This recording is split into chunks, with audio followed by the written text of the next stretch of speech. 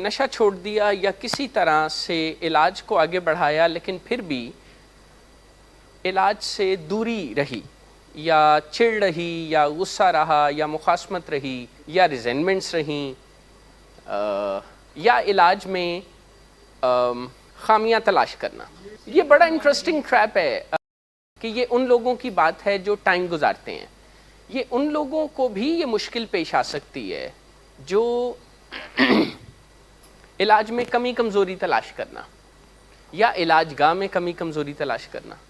پتہ نہیں آپ نے مجھے اس موضوع پر پہلے کبھی بات کرتے دیکھا ہے یا نہیں، لیکن جیسے گفتگو ہو تو میں پوچھ لیتا ہوں نا کہ ولنگ ویز میں یا صداقت کلینک میں آنے سے پہلے آپ نے کبھی علاج کروایا؟ تو کچھ پیشنٹس کہتے ہیں کہ ہاں ہم نے 2 مرتبہ 3 مرتبہ ہم پہلے بھی انڈور علاج سے گزرے ہیں. تو پھر بات کو آگے بڑھاتے ہوئے میں ان سے پوچھتا ہوں کہ کیا پھر آپ کا علاج کامیاب کیوں نہیں ہوا؟ تو وہ کہتے ہیں کہ وہ ٹریٹمنٹ سینٹر اچھا نہیں تھا. تو میں ان سے کہتا ہوں کہ کیا ولنگ ویز کے انڈور سے جانے کے بعد ولنگ ویز کے بارے میں بھی یہی بات کریں گے؟ میں ایسا کیوں کہتا ہوں؟ حالانکہ میں جانتا ہوں کہ ولنگ ویز صداقت clinic top class treatment centres ہیں اور اتنا ڈسٹنس ہے کوالٹی کا ولنگ ویز اور دوسری علاج گاہوں میں کہ اگر یہ نمبر 1 ہے نا تو نمبر 99 تک اور کوئی نہیں ہے. یعنی ایسا بھی نہیں ہے کہ یہ نمبر 1 ہے اور کوئی کلوز نمبر 2 ہوگا، ایسا بھی نہیں ہے، بہت فرق ہے. پر میں ایسا کیوں انہیں کہتا ہوں کہ وہ گوسپ نہ کریں؟ کیونکہ یہ جو ضد کرنا، گوسپ کرنا، چغلیاں کرنا، مخاصمت رکھنا، ریزنٹفل رہنا، یہ باقاعدہ نشے کی بیماری کی باقیات ہیں. یعنی نشے کی بیماری اور دوسری کرونک النیسز جب اپنی ان کی شدت کم ہو جاتی ہے نا اور جدوجہد کرتے ہیں ڈاکٹرز اور مریض اور کوشش کرتے ہیں، ہلہ مارتے ہیں، تو بیماری کی شدت کم ہو جاتی ہے. یہ نشے کی بیماری کی باقیات میں سے ہے. علاج یا علاج کے فیصلے کے ساتھ دلی طور پر یا کیا کہا جائے کہ چھپ کر یا خاموشی سے دل میں رکھنا گلہ شکوہ، اس کی بہت سی شکلیں ہیں. ایک شکل یہ ہے کہ علاج کے بارے میں سوچنا کہ اس سے بہتر علاج کیوں نہیں ہے. اچھا، میری نظر میں جس علاج سے آپ گزر رہے ہیں وہ بہترین ہے. جیسے میں ویسے تو ہر علاج کو نشہ کرنے کے یا سسکتے رہنے یا موت کے خطرے میں رہنے یا گھروں کے سکون برباد ہونے سے کسی بھی علاج کو بہتر سمجھتا ہوں. لیکن علاجوں میں پھر جس علاج میں آپ ہیں یہ تو ٹاپر ہے نا، اس کی کوالٹی تو بہت شاندار ہے. پر میں یہ کہہ رہا تھا کہ ایک خاموش گلہ شکوہ رکھنا، اس کے بارے میں آپ انڈرسٹینڈنگ ڈیولپ کریں کہ اگر آپ دل ہی دل میں اپنے علاج یا اپنی علاج گاہ سے شکوہ رکھتے ہیں نا، یا وہاں پر کام کرنے والے لوگوں کے بارے میں سوچتے ہیں کہ اے کوئی اڈا کامدہ بندہ نہیں ہے، تو دراصل یہ نشے کی بیماری کی ایک دم ہے جو ابھی بھی چپکی ہوئی ہے. ہاتھی تو گزر گیا ہے پر دم ابھی بھی باقی ہے. لیکن اگر آپ ٹریٹمنٹ یا ٹریٹمنٹ پروگرام یا ٹریٹمنٹ سینٹر اس سے دلی دل میں کوئی تنگی محسوس کرتے ہیں یا مخاصمت رکھتے ہیں یا چڑ محسوس کرتے ہیں یا اس سے ملتی جلتی کوئی چیز، تو یہ دراصل آپ کی نشے کی بیماری ہی ہے جو روپ بدل کے ابھی بھی آپ کے پیچھے ہی ہے. گڈ آفٹر نون سر. گڈ آفٹر نون. سر ایک کلائنٹ بہت دیر سے آپ کا انتظار کر رہے ہیں. کیا تمہیں کس نے کہا تھا اپائنٹمنٹ دینے کو؟ سر کل شام آپ ہی نے تو کہا تھا. جھوٹ بولتی ہو تم. میں نے تمہیں کب کہا تھا؟ تم سب جھوٹ بولتے ہو مجھ سے. Drinking per se is not a defect of character, but it can turn into alcoholism. It is treatable at any stage. Get help, because he won't. Get help from Willing Ways. Get help from anywhere, but do get help now. You have waited too long for a miracle. Here it is. Get help. Get help. Get help.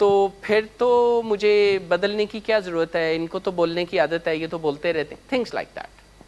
اس سے مسئلے بڑھ جاتے ہیں, اور جب مسئلے بڑھتے ہیں تو جو مینیج کرنے والے لوگ ہیں جیسے پیرنٹس ہیں, ان کی ہمت بھی کم ہو رہی ہوتی ہے. ایسا نہیں ہے کہ مسئلے بڑھتے ہیں تو ہمت پہلے جیسی رہتی ہے یا پہلے سے بڑھ جاتی. ہم انسانوں کو نا سکسیس آگے بڑھاتی ہے اور فیلئر ہمیں پیچھے دھکیلتا ہے. یہ ایموشنل ہینڈلنگ ہی ہے. اور اگر کبھی آپ کو دیکھنے کا موقع ملے نا کہ آپ کی کرونک النس, آپ کی ایڈکشن, آپ کا موڈ ڈس آرڈر آپ کے گھر والوں کو کتنا ایموشنل ٹرموائل دیتا ہے, اگر آپ کلیئرٹی کے ساتھ دیکھ سکیں تو آپ اپنے نشے کے رویوں کو بدلنے کی آپ کے اندر موٹیویشن پیدا ہو جائے گی.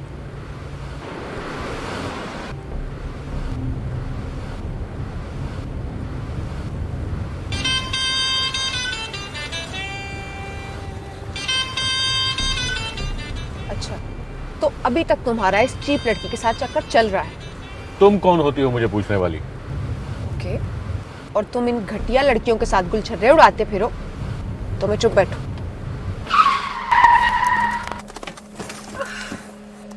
Get out.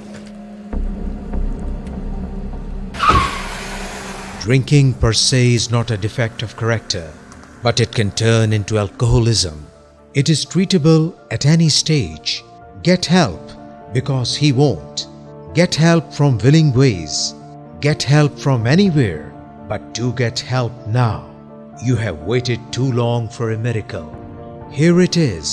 Get help. Get help. Get help. آپ کو پتہ ہے کہ جو ہم غصہ کرتے ہیں اس سے کیا ہوتا ہے, یا یہ جو ہم اپنے آپ کو وکٹم سمجھتے ہیں اس سے کیا ہوتا ہے. آپ نے ضرور ایک ٹرم سنی ہوگی جسے کہتے ہیں holistic picture. Holistic picture, whole یعنی بہت سارے کمپوننٹس ہیں جن سے مل کے ریکوری بنتی ہے, کیونکہ بہت سارے کمپوننٹس تھے جن سے مل کے بیماری بن رہی تھی. کچھ بیماریوں میں financial miss management is one of the problem, اور کچھ بیماریوں میں تو financial embezzlement is one of the problem. اور میں آپ کو کیا بتاؤں, ایک بیماری تو ایسی ہے جس میں شاپ لفٹنگ ہوتی ہے, کلیپٹومینیا. یعنی آپ دیکھیں کہ لوگ اس بیماری کی وجہ سے ہیرڈز یا اس طرح کی جگہوں پر سے شاپ لفٹ کر لیتے ہیں. آئی مین ہیرڈز میں کوئی ایسا بندہ تو نہیں جا کے شاپنگ کرتا نا جو افورڈ ہی نہیں کر سکتا, وہ افورڈ تو کر سکتا ہے تبھی جاتا ہے. لیکن انا کا مسئلہ نہ بنائیں, ضد کا مسئلہ نہ بنائیں, کیونکہ جہاں سے ہم نے بات سٹارٹ کی تھی, انا اور ضد کا مسئلہ بھی نشے کی بیماری کا روپ بدل کر آنا ہے. یار علاج کے لیے پسندیدگی ہونا ضروری نہیں.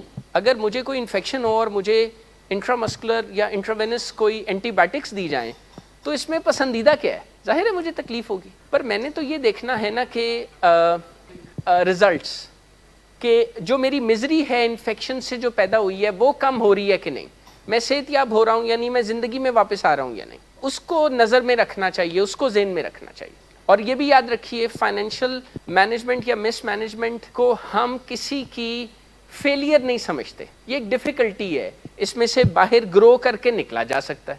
یہ فیلئر نہیں ہے. کوئی یہ نہ سمجھے کہ اگر مجھے فائنینشیل مس مینجمنٹ کا سامنا ہے تو اس کا مطلب ہے کہ ندیم نور ایک فیلئر ہے. نہیں, یہ ایک چیلنج ہے جو مجھے درپیش ہے, اور اگر میں کسی ٹرائیڈ اینڈ ٹیسٹڈ اپروچ پر یا کسی گائیڈنس کے مطابق چلوں گا تو میں اس میں سے نکل آؤں گا. لیکن میری شیم مجھے مجبور کر سکتی ہے کہ میں سمجھوں کہ یہ جو صاحب یا صاحب مجھے کہہ رہے ہیں کہ ندیم صاحب آپ کی فائنینشیل مینجمنٹ اچھی نہیں ہے, تو یہ مجھے ایز اے پرسن میری سیلف کو یا میری آئیڈینٹی کو میں ایسے دیکھوں کہ یہ شاید اس پہ کوئی انگلی اٹھا رہے ہیں. نہیں, ایسا نہیں. The inability to handle finances in a way that brings beneficial results. کچھ چیزیں ویری کریں گی, accepted principles ہیں جو سب پر اپلائی ہوں گے. جیسے جو میرے فائنینشیل ہیلتھ ہے اس کے نتیجے میں کوئی جھگڑا تو نہیں ہونا چاہیے. کیا میری آرگنائزیشن مجھ سے یہ کہہ سکتی ہے کہ ندیم صاحب آپ اپنے فائنینسز سے الٹے کام نہیں کر سکتے, آپ نہ کیا کریں, کہ ندیم صاحب یہ جو آپ کہتے ہیں کہ فلاں بندے کو پیسے دے کے پھینٹی شنٹی لگوانی ہے تو آپ کو پیسے اس لیے نہیں دی جاتے, آپ کو تنخواہ یا پرکس اینڈ پریویلیجز یا ریوارڈز فائنینشیل اس لیے نہیں دیے جاتے, اب آپ اس میں کہہ سکتے ہیں کہ ندیم صاحب نہیں یہ نہیں، آپ کی تنخواہ ہے، جو چاہیں آپ کریں. نہیں، جو لوگ میرے ساتھ کنیکٹڈ ہیں ان کی کچھ نہ کچھ سے میری زندگی میں ہے. میں مانوں یا نہ مانوں، چلیں وہ ایک ہے معاملہ، پر جو افیکٹ ہوگا میرے ایکشن سے وہ سٹیک ہولڈر ہے. جو افیکٹ ہوگا میرے ایکشن سے یا میری چوائس سے وہ سٹیک ہولڈر ہے. گیملنگ مائنڈ سیٹ یہ ہوتا ہے کہ میرا کوئی نقصان ہوا ہے یا کافی نقصان ہو گئے ہیں میرے، اور میں سوچ رہا ہوں کہ کوئی سٹیپ ایسا ہے جو میں کروں گا نا تو اگلے پچھلے نقصان یا تو چھپ جائیں گے یا ختم ہو جائیں گے یا میں پہلے سے بھی بہتر ہو جاؤں گا. یہ گیملنگ مائنڈ سیٹ ہے. کیونکہ نقصان آپ کا ہو یا میرا ہو یا ہم میں سے کسی کا بھی ہو، جو ہمارا نقصان ہوتا ہے یا جو نقصان ہوتا ہے وہ ہو جاتا ہے. کہ کسی بھی کام کو گیملنگ مائنڈ سیٹ کے ساتھ کیا جا سکتا ہے. گیملنگ مائنڈ سیٹ یہ بھی ہے کہ جو اسٹوڈنٹس روزانہ نہیں پڑھتے تو پھر وہ کیسے جوا کھیلتے ہیں؟ اینڈ پہ پڑھتے ہیں. تو ظاہر ہے جب تک پڑھائی آسان ہوتی ہے تو ایسا چل جاتا ہے. لو سٹیک ہوتا ہے جب تک کوئی کام تو بندہ بینڈ اوور بیکورڈز ہو کے کر ہی لیتا ہے.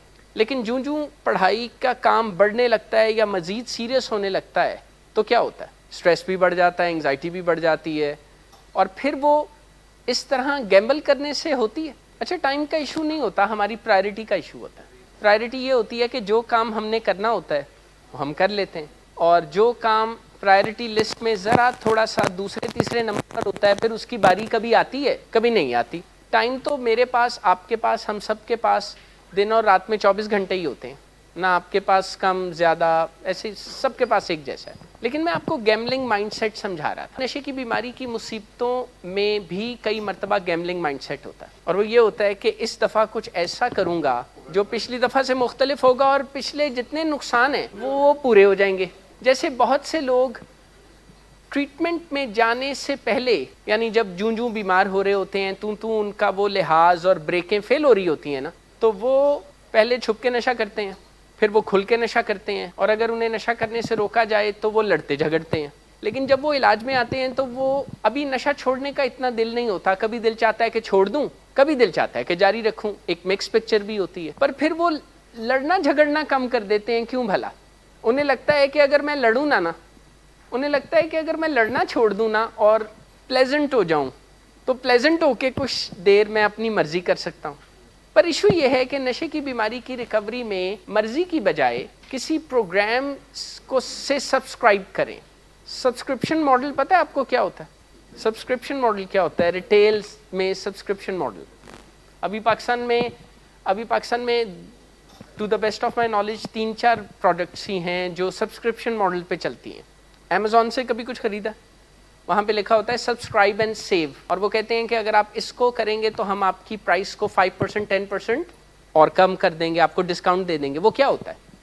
وہ یہ ہوتا ہے کہ یہ جو آپ نے ٹوتھ پیسٹ یا ماؤتھ واش آپ خریدتے ہیں تو آپ ہمیں بتا دیں، ہم ہر 30 یا 40 ڈیز کے بعد آپ کو کہے بغیر بھیج دیں گے. تو اگر آپ اسے کرتے ہیں تو we will give you an extra 5% 10% off. اسے بولتے ہیں سبسکرپشن ماڈل. یعنی وہ ایک سیٹ ہو جاتا ہے، ایک کمپیوٹر میں پروگرام یا ایک الگوریدم ہمارے کہے بغیر چلنے لگتا ہے کہ ہم منتھلی یہ کام ریپیٹیشن سے ہونا ہی ہے. It would help if you subscribe to a model, the model of recovery, the model of rehabilitation. اور وہ کیا ہے کہ certain rehabilitation techniques یا principles کو اپنی زندگی میں اپلائی کر دیں. کرتے کرتے آپ کو عادت ہو جائے گی. جیسے ایک پرنسپل یا بیہیویئر ہے، رات کو جلدی سو جایا کریں، لیکن ویسے جو آئیڈیل ٹائم ہے وہ وہی ہے جس پہ چھوٹے بچے سوتے ہیں. اسی وجہ سے تو ان کا موڈ بھی ٹھیک رہتا ہے. ہماری طرح نہ کوئی انگزائٹیاں ہوتی ہیں، بیمار بھی نہیں ہوتے، امیون سسٹم بھی اسٹرانگ رہتا ہے، خوش باش ہنستے کھیلتے. تو لائف سٹائل چینج بھی تو ریکوری کا حصہ ہے نا. کہ آپ کے پاس یہ گنجائش نہیں ہے، ویسے تو کسی کے پاس بھی نہیں ہے، پر آپ کے پاس تو بالکل نہیں ہے کہ آپ لیٹ سوئیں یا شاموں راتوں کو اس طرح ایکٹیو الرٹ خوش باش ہوں جیسے پہلے ہوا کرتے تھے. کیونکہ یہ تو موڈ ڈس آرڈر کا ایک بڑا ریکگنائز سمٹم ہے نا کہ سرے شام 7-8 بجے کے بعد بندہ ذرا ایکٹیو الرٹ ہوتا ہے، راتوں کو جاگنے کا جی چاہتا ہے، ٹی وی دیکھنے کا جی چاہتا ہے، سیزن ہی پورا دیکھ ڈالنا ہے ایک گو میں. حالانکہ آپ روزانہ ایک ایپیسوڈ دیکھ لیں، وہ منع تو نہیں ہے. ابھی صرف میں اتنا کہہ رہا ہوں کہ یہ پہچانیں کہ ریکوری میں کن چیزوں کی کن بیہیویئرز کی گنجائش ہے کن کی نہیں ہے. اپنی ریکوری کی لمٹس یا باؤنڈریز کو پہچان لیں, اپنے دل کو بھی منا لیں, اور اگر کبھی یہ اچھل کے آپ سے کہے نا کہ ایسے نہیں ایسے کر لیں تو اسے سمجھائیں کہ نہیں تمہاری مان کے میں نے تکلیفیں اٹھائی ہیں, اور جب چاہیں تکلیفوں کے بارے میں تو اپنے انٹروینشن ڈیٹا کو ایک نظر دیکھ لیں اپنی تنہائی میں, اکیلے میں, اپنے کمرے میں. تو وہ آپ اپنی 4 اسٹیپ انوینٹری لکھ لیجئے, اور جو کمی آپ کو لگتی ہے وہاں پر سامنے آ جائے گی.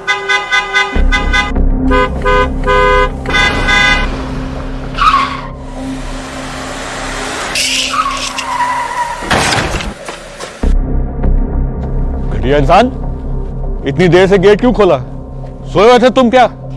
سر میں نے تو منٹ بھی بکواس نہ کر تم میرے ساتھ. کیا کر رہے ہیں آپ؟ ابا جی گھر پہ ہیں, نشے میں گالیاں دے رہے ہیں. خدارا ہوش میں آئے, کیا ہو گیا آپ کو؟ ہوش میں کیسے آؤں؟ سارا کیا دھرا انہی کا تو ہے. Drinking per se is not a defect of character, but it can turn into alcoholism. It is treatable at any stage. Get help, because he won't. Get help from willing ways. Get help from anywhere, but do get help now. You have waited too long for a miracle. Here it is. Get help. Get help. Get help. Get help.